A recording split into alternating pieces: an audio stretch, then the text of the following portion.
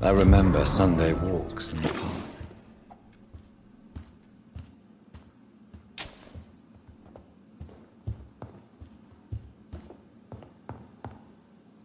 Mother, good evening. Jonathan!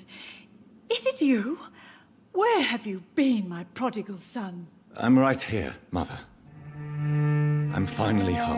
Yes, for this son of mine was dead and is alive again.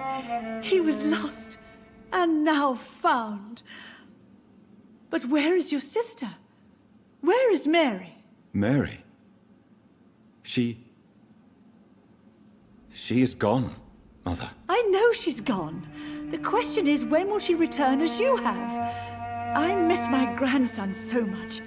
It's been days since their last visit.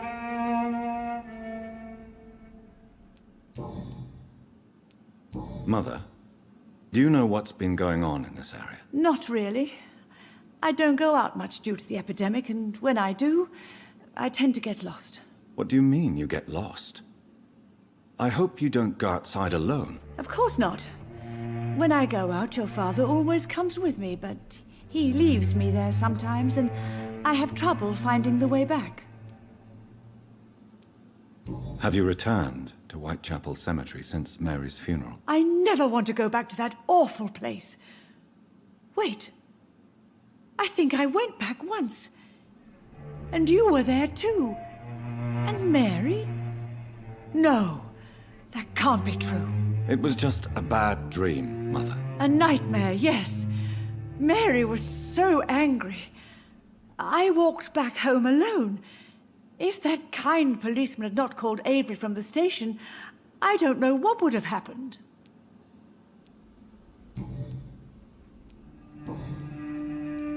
Do you need anything, Mother? Can I help you? I just want you to stay with me, Jonathan.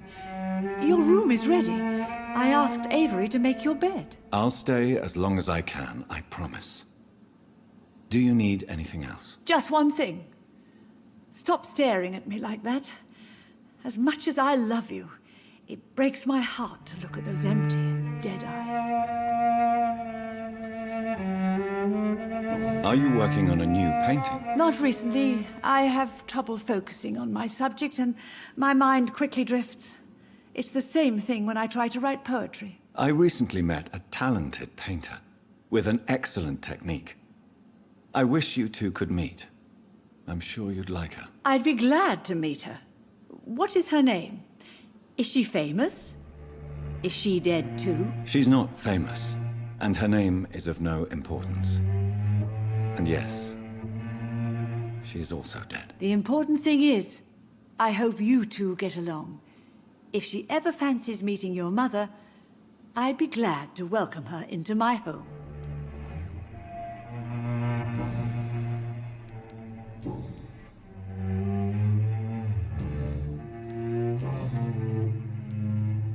Why do you say Mary is visiting you, Mother? You know that's impossible. Why should it be? Are you not standing in front of me right now? Why should it be any different with your sister? But I'm not dead, Mother. I'm really here, talking to you, trying not to cry. Oh, it breaks my heart to have to tell you this. But of course you're dead, my darling boy.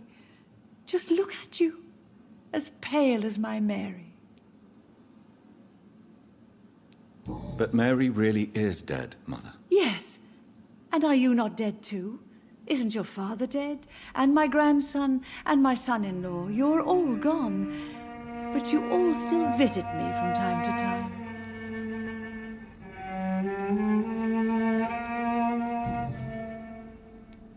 Father seems to have left me some documents. Some sort of treasure hunt game. Do you know anything about them? No, Johnny. But your father always loved to write these little games for you when you were a boy. Don't you remember? I remember now. He used to post me these riddles, as though they were sent by a mysterious games master. I'd spend weeks trying to decipher them. Your father was always so proud each time you found the answer. He was not just the serious doer banker everybody thought he was. I was proud too.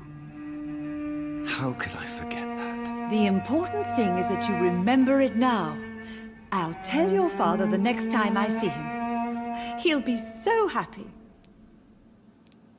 Could Father have conceived some sort of final game for me before he left? I really can't say, Johnny. Perhaps you should talk with Avery about that. He was your father's confidant, more than I.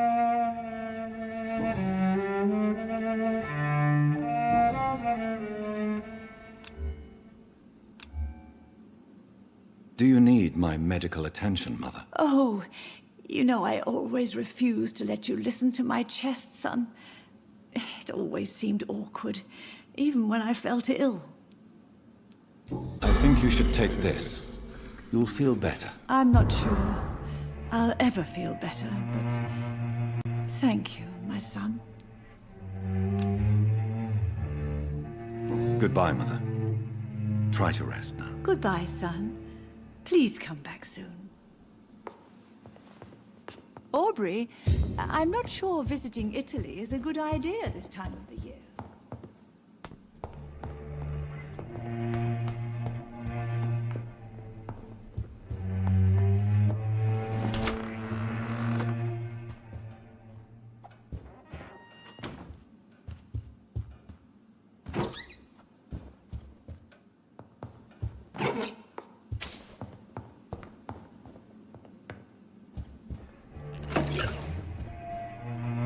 Good evening, Avery. Mr. Jonathan? I can't believe my own eyes. Oh, it's a miracle. We all thought you were... Oh, sir, your poor sister. What a tragedy. I know, Avery. I know about my sister's murder. Miss Reed expected you to return to assist with the funeral, right up until the last minute. Where have you been, Mr. Jonathan? We needed you here. How is my mother? Not well, I'm afraid, sir. Miss Reed is very fragile since the police brought her back home. The police? What happened? Miss Reed was found walking in the streets.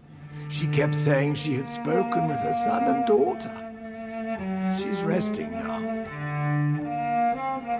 Has she received appropriate medical care? I'm taking care of Miss Reed myself.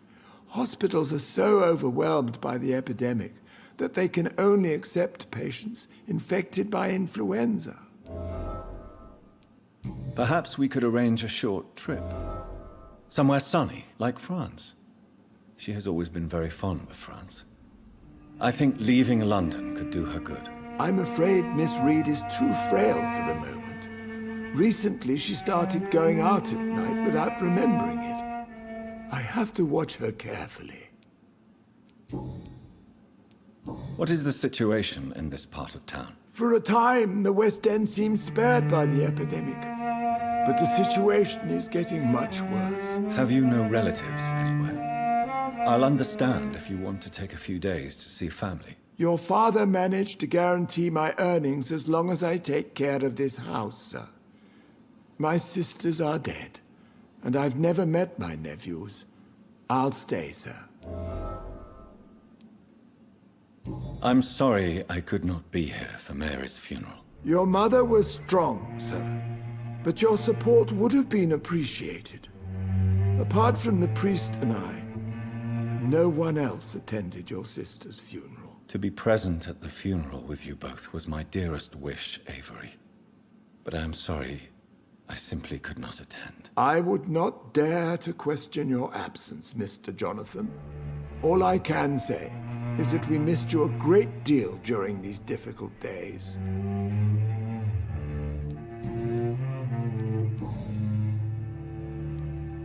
I found an old letter written by my father and addressed to me.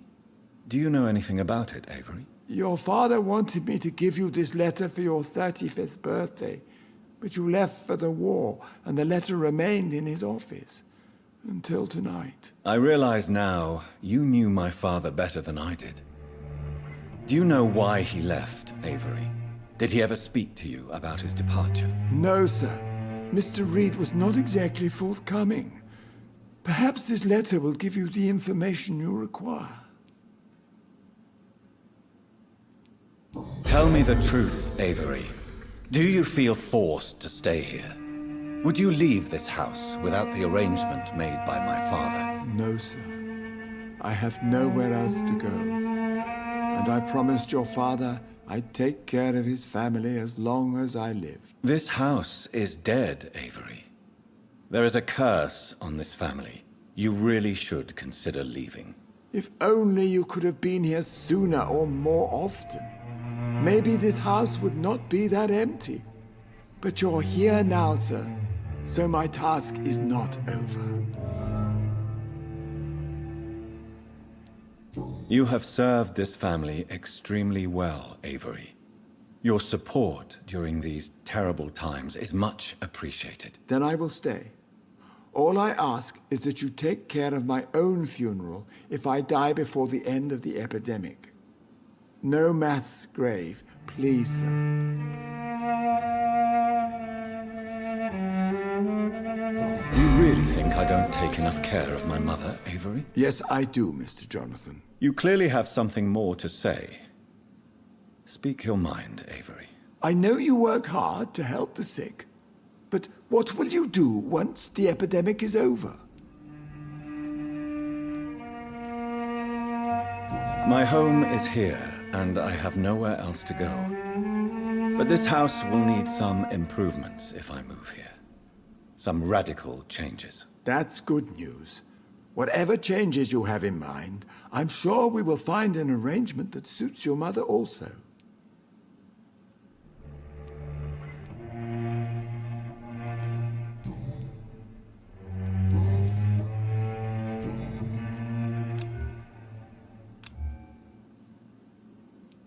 Goodbye, Avery.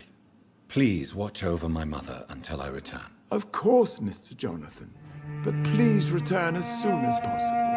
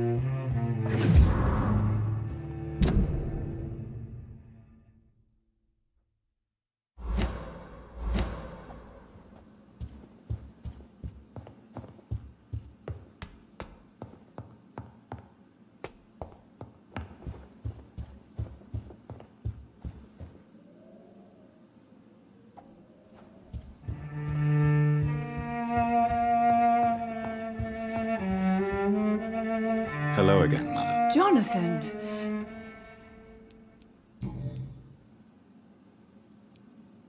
Do you think Avery is right? Do you think I should take better care of you? I don't blame you, but you abandoned me, son. A mother should not survive her children. It's unbearable to know you're not here anymore. I know I have failed you since I returned. I even watched you bury Mary from a distance. From now on, I will protect you. You have my word. You don't have to apologize to me, Johnny. Do you think I did not notice how much you have changed? Have I changed that much, Mother? Am I still your son? You are still, and you'll always be. Despite your pale skin, your bloody eyes, and that echoing sadness in your voice.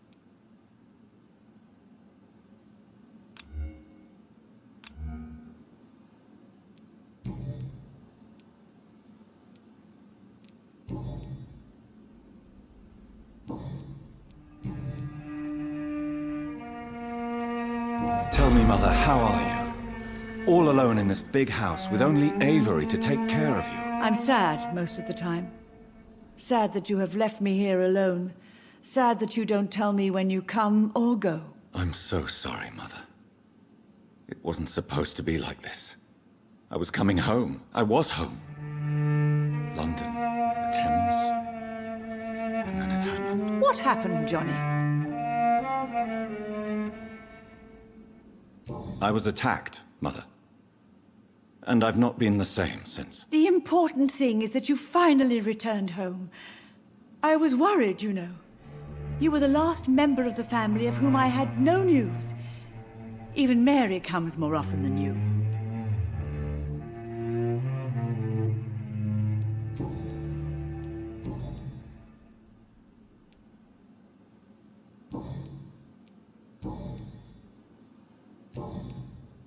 Goodbye, Mother. Try to rest now. Goodbye, son. Please come back soon.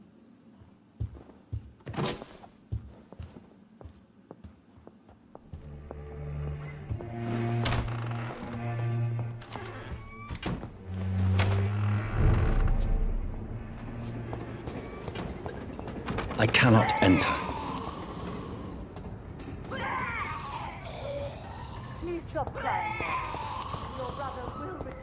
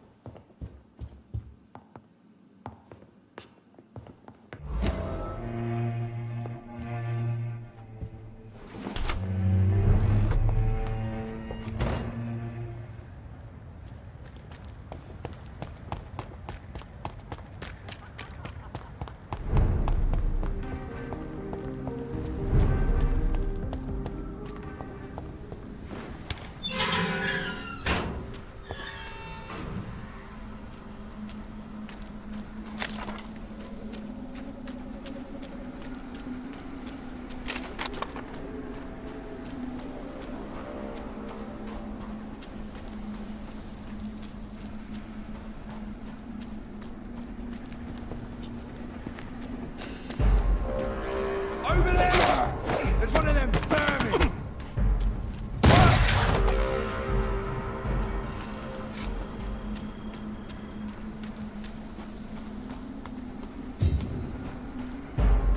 There's safer places to be than here.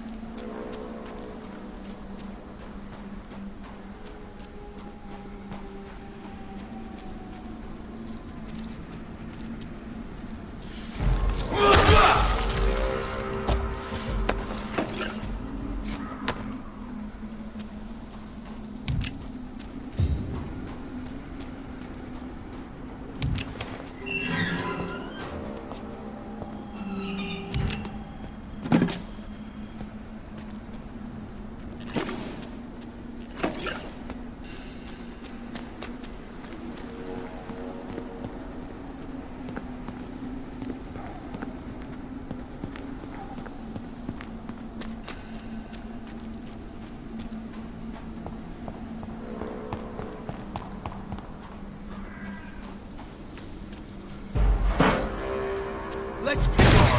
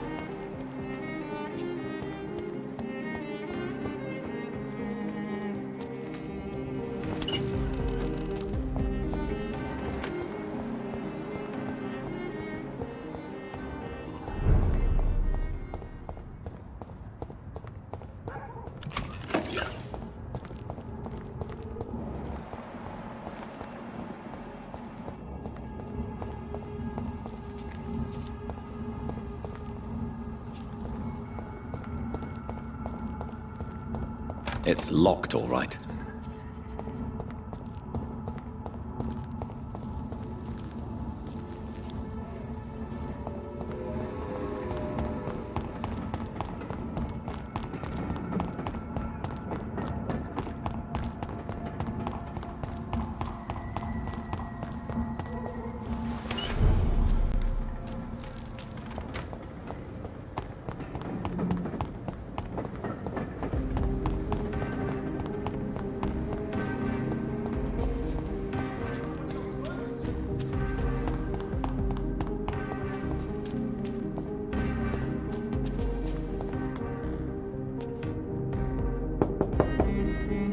Hello? Is anyone there? Jonathan, is that you? I did not know you were back in London. Oh, my dear Johnny, I'm so sorry for your loss. Mary was such a sweetheart. Thank you, Venus. May I come in? I was going to bed, actually.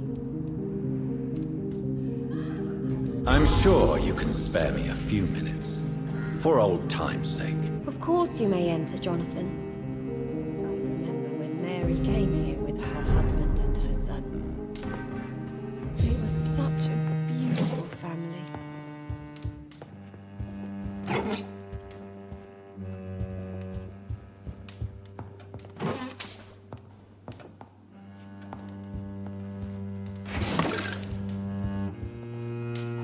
You know that you are always welcome here.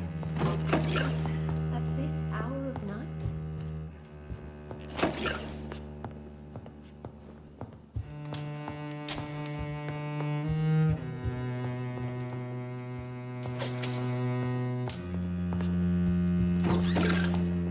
I'm so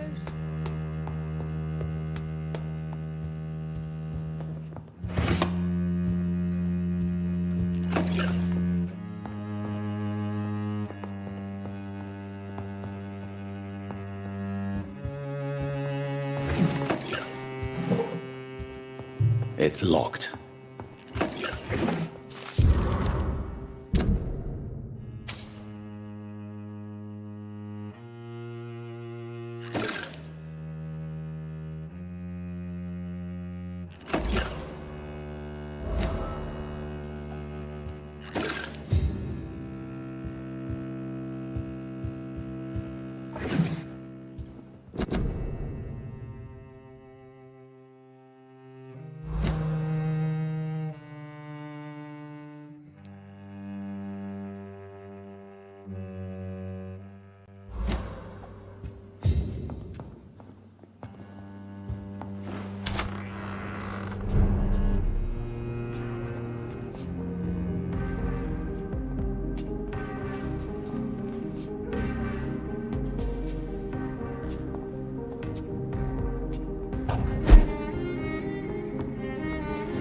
No invitation is needed to enter this building. That can't be a good sign. No sign of a struggle. It seems Charlotte's friend knew the killer and let him in. Emily wanted to become a vampire. Something must have gone wrong. Someone is responsible for this mess. But who?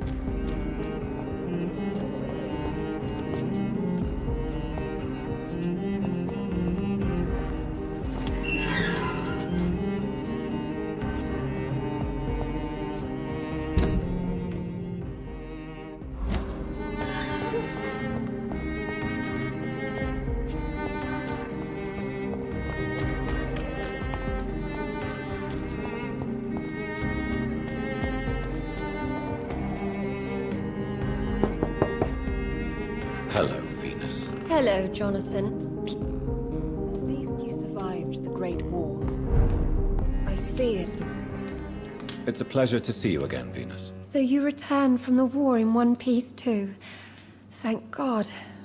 My Clarence is back home too. How is the old rascal? Probably outside, chasing ghosts and chimeras. Clarence has changed a lot since he returned from the war, you know.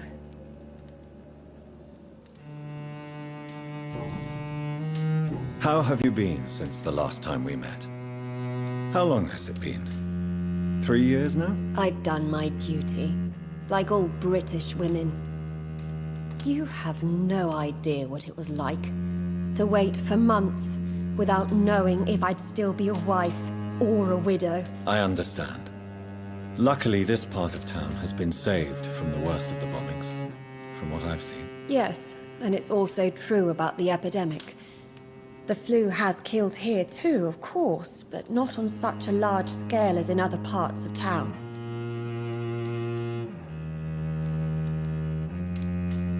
Venus, why do you worry so much about your family's reputation? Everyone laughs at Clarence now.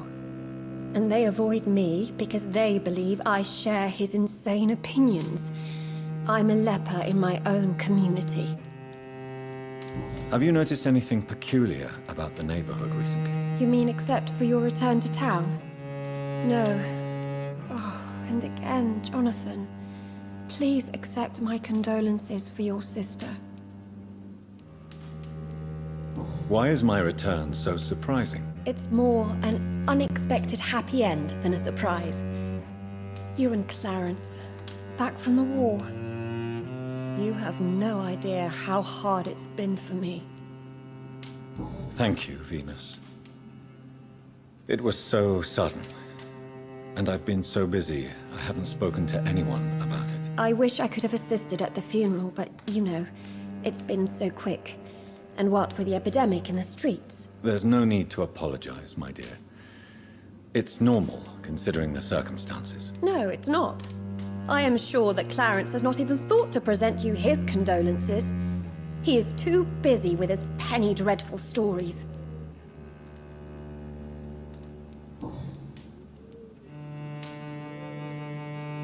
How have you been since the last time we met? How long has it been? 3 years now? I've done my duty, like all British women. You have no idea what it was like to wait for months without knowing if I'd still be a wife or a widow. I understand. Luckily, this part of town has been saved from the worst of the bombings, from what I've seen. Yes, and it's also true about the epidemic. The flu has killed here too, of course, but not on such a large scale as in other parts of town.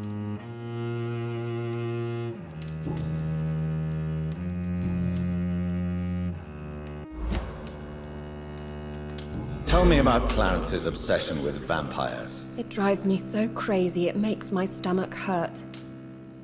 I was so relieved to have him back. But I quickly realized he'd lost his mind in France. I understand your irritation, Venus.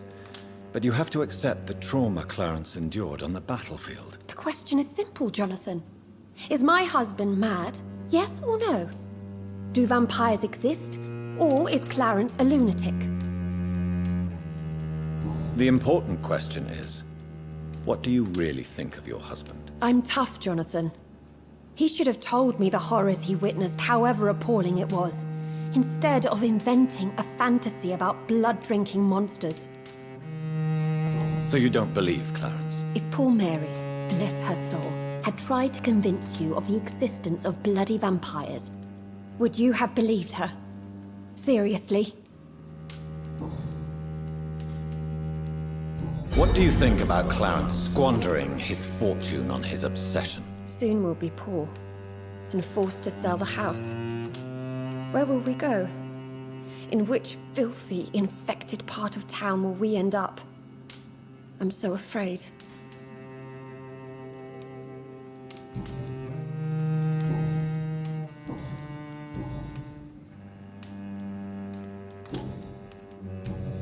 Goodbye for now. At least you survived the Great War. I feared the worst.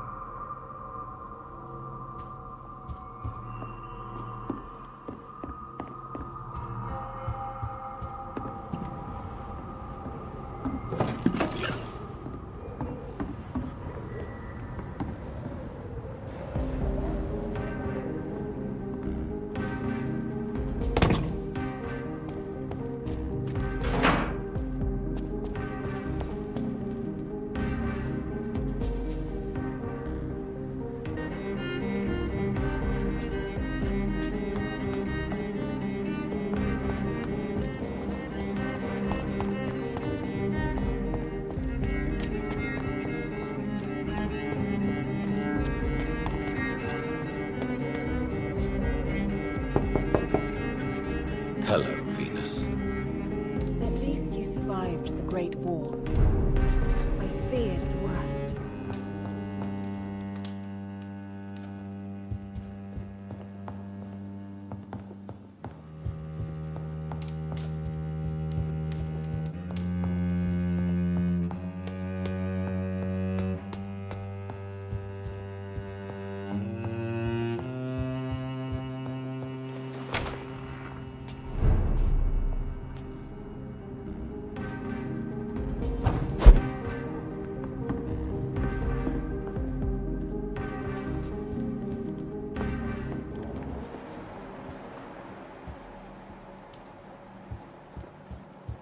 Blood. I should follow the trail.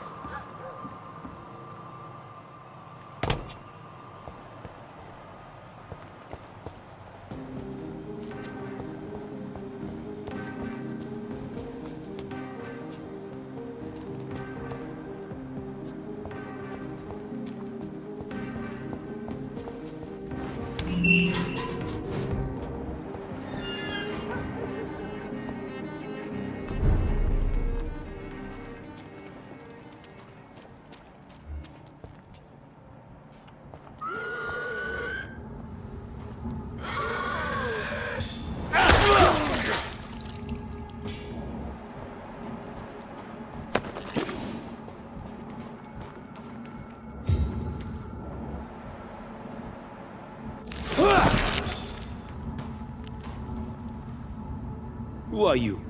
What are you doing here? I could ask you the same question. I'm the Marquis de Bois-Colombes, and I strongly invite you to find your own game, sir. I intend to do so very soon, thank you. But for the moment, I'd like to shed light on the death of a young woman killed by a vampire. A young woman killed by a vampire? Oh, you're joking, right? Oh, I do love the British sense of humor. And who exactly are you? I am Jacques-Michel Guillaume Florimond de Marquis de Bois-Colombes, at your service, my dear cousin. You're French, but your English is quite good. I was born in France, sir, but I consider myself a traveler of this world. So many countries, so many tantalizing tastes.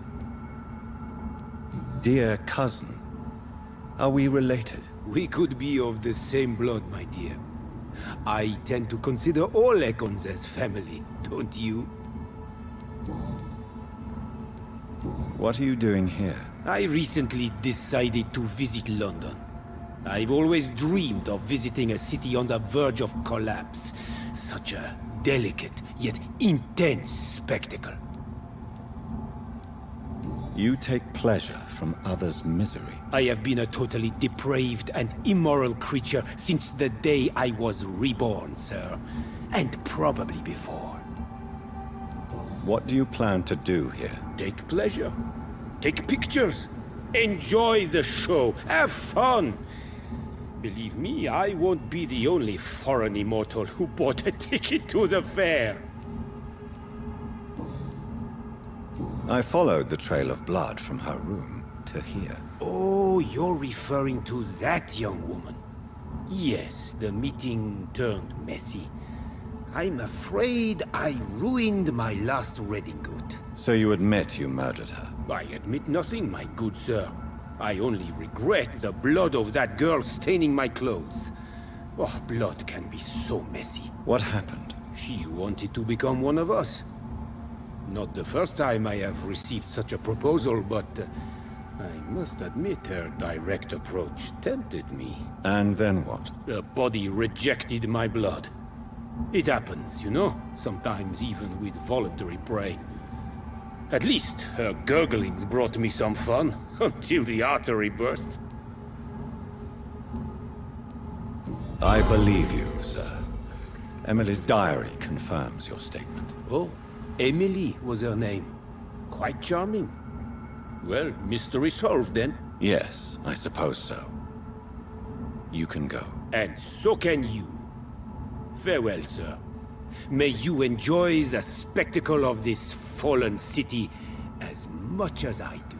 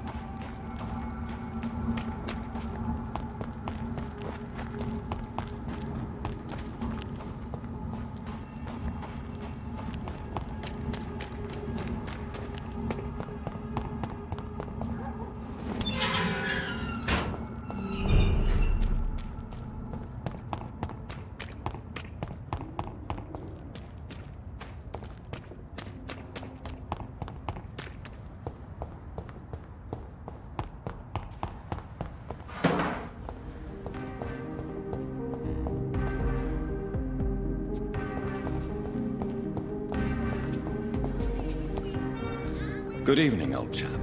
I won't lie to you, Johnny. I'm not a well man.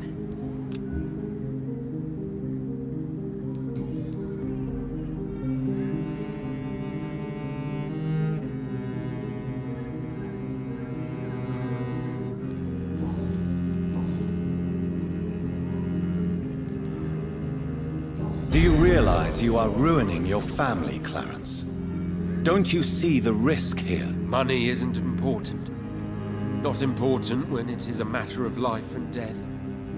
That is what my dear Venus cannot understand. I can't believe I'm telling you this, but if warning people is that important to you, why not choose a more efficient way to spend your money? Don't you think I tried? I knocked at every door, went to every bank, I even tried to be published. No, Jonathan. This is a one-man war. People will laugh at you, if they don't already. Think about your wife and your position. Think about your future. I understand my wife's embarrassment, but gossips don't kill, vampires do. There'll be no future if people don't open their eyes.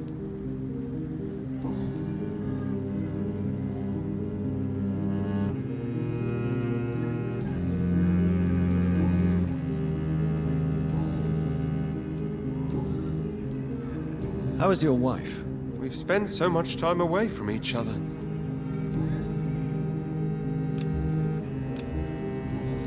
You need some rest, Clarence.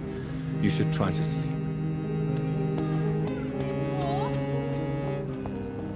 Women. Good evening, Miss Ashbury. And good evening to you, Dr. Reed. I have found out what happened to your friend, Emily. I can handle the truth. There's no need to hide the bloody details. Your friend was planning to become a vampire. She thought she'd met an honest one and made a deal with him. Unfortunately, Emily did not survive the process. My mother told me many times about the risks of being turned.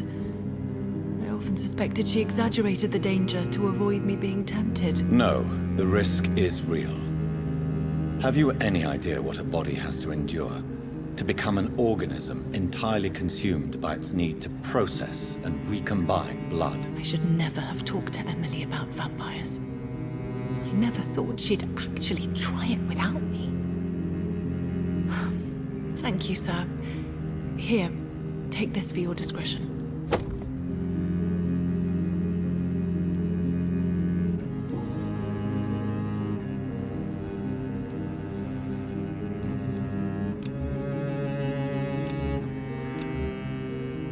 Goodbye, Charlotte. Give my best regards to your mother when you see her. She's been quite busy these last few nights.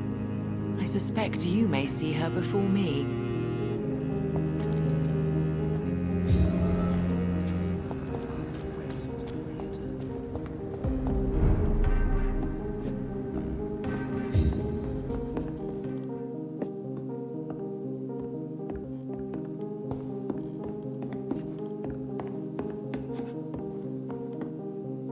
Good evening, sir. Please forgive me for disturbing you. I'm a doctor. I never judge a man by his title, but by his attitude. And you are not disturbing me at all. I am Calhoun Russell, and I welcome you. Well, I must admit it's good to receive a warm welcome for once. I'm Jonathan Reed. Welcome, Dr. Reed. Welcome to my humble shop. How is the situation in this part of town? Life is good and peaceful. We're lucky to live in such an era of progress and wonders. Are you not concerned about the epidemic? Oh, I'm sure the authorities would take the appropriate measure if the danger were that high. I'm afraid the newspapers are seriously underestimating the situation. Things are critical, believe me. Well, that's news then. But I can't believe that things are that bad.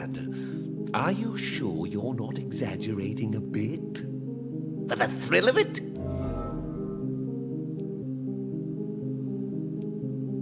What can you tell me about this place? I recently found the best steak and kidney pie in the city.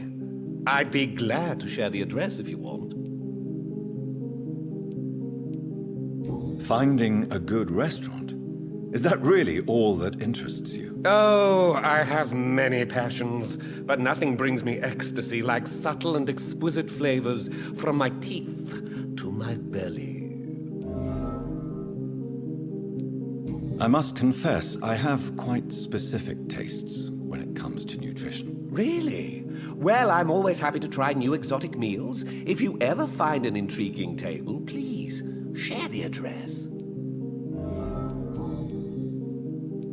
Is it not a little too late to be trading? On the contrary, it is the perfect hour.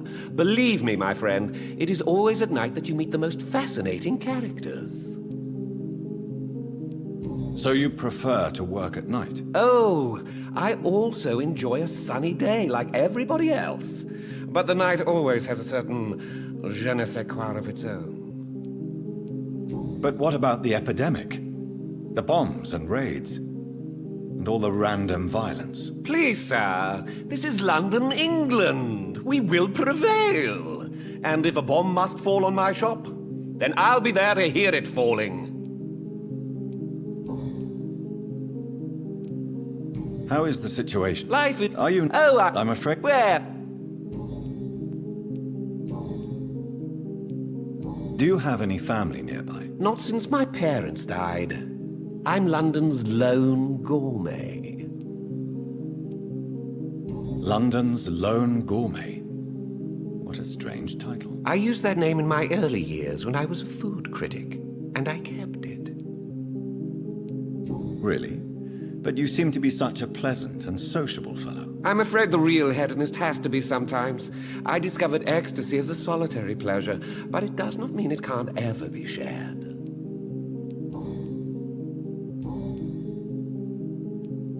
I may have a look at your goods, Mr. Russell.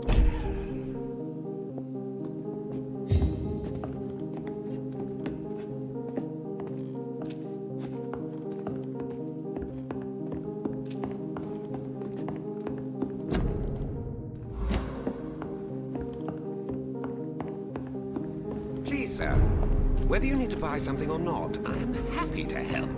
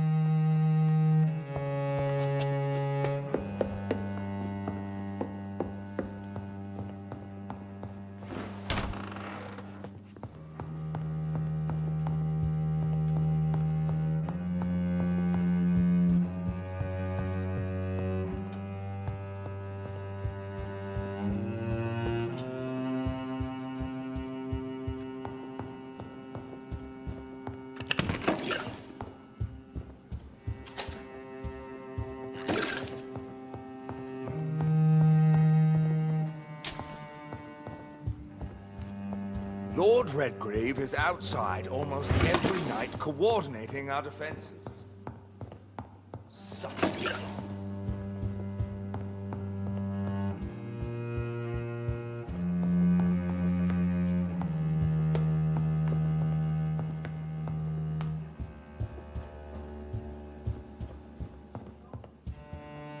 Have you heard the rumors of some horned vampire revealing himself and singing obscure songs around the city? What is this? Welcome back to the Ascalon Club, Lance-Bearer. Please, tell us the good news. Have you put an end to the epidemic? My hypothesis was correct. Doris Fletcher was the source of the contagion in this part of town. She was probably the first to be infected. And you cleansed her before the hunters, I've been told. Well done, Dr. Reed. You thrust your lance and pierced the very heart of the corruption. I'm just a doctor. The important thing is, we won a major battle for the survival of London. For that, we salute you. Thank you, my lord. Now, I have another task for you. One of the utmost importance.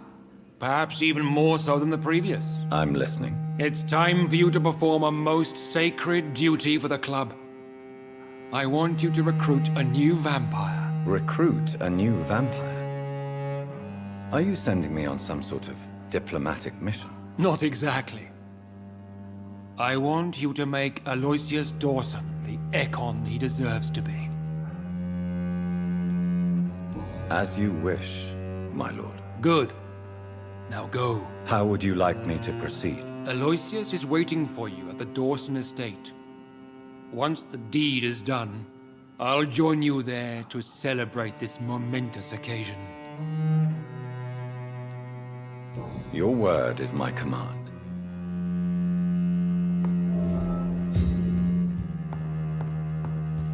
Perhaps we should change some of the club's rules if we survive all of this. We need to soften some of our laws concerning... Are you all right, Jonathan? Lord Redgrave has just ordered me to turn Aloysius Dawson, to make him my progeny. I see. And how do you feel about this? Aloysius Dawson is the richest man in England. He'll be a very useful resource for the club. The real question here is, why has his lordship given you this task? Do you think it's some sort of trap? Do you really want to know what I think about this? I do, yes. To make an immortal of a soulless blackguard like Aloysius Dawson will only lead to a disaster for London. The man is already dead inside. Should I refuse? Perhaps politely suggest that Lord Redgrave turned the man into a vampire himself. Don't you dare, my dear. According to what I've recently discovered, his lordship could kill you for even broaching the subject. Really? Why? I've recently found proof that the Earl of Bristol is of lesser lineage and only capable of creating skulls. Please tell me more about your recent investigation. As long as you lower your voice. What would you have me do about Dawson? The man is dangerous. Did you know he plans to build a wall to separate the healthy rich from the sickly poor? Do not make him your progeny. What would you do? The man's dying already. Let the Reaper harvest the rotten fruit that is his soul. Are you sure your information about Redgrave is correct? He says he's the progeny of the great knight William Marshall, who lived some 9 centuries ago. That's a lie. Lord Redgrave is unable to create anything but skulls, if the poor soul survive at all. How can you be sure the information was correct? I made the acquaintance of a most interesting informer while investigating your maker, from whom I learned the truth about Lord Redgrave. Why so vindictive? You suddenly sound like you're angry. Forgive me, Jonathan. I hate myself for it, but I feel such pride in my discovery. I'm afraid I just can't help it. Which is? He did serve William Marshall. And yes, the blood he covets as a token does truly belong to that legendary knight. But he was never his progeny. His lineage is not so noble. What would happen if I made Dawson an Ekon like myself? You would add a powerful immortal into a suffering world. An immortal who already craves authority. Maybe I could teach him control, like you taught me. Lead him down the right path. Mr. Dawson spent his life searching for a way to cheat death. I'm sure he has spent decades dreaming of how he'd spend eternity as a tyrant. Goodbye for now, Elizabeth. Goodbye, my dear. Please, be careful.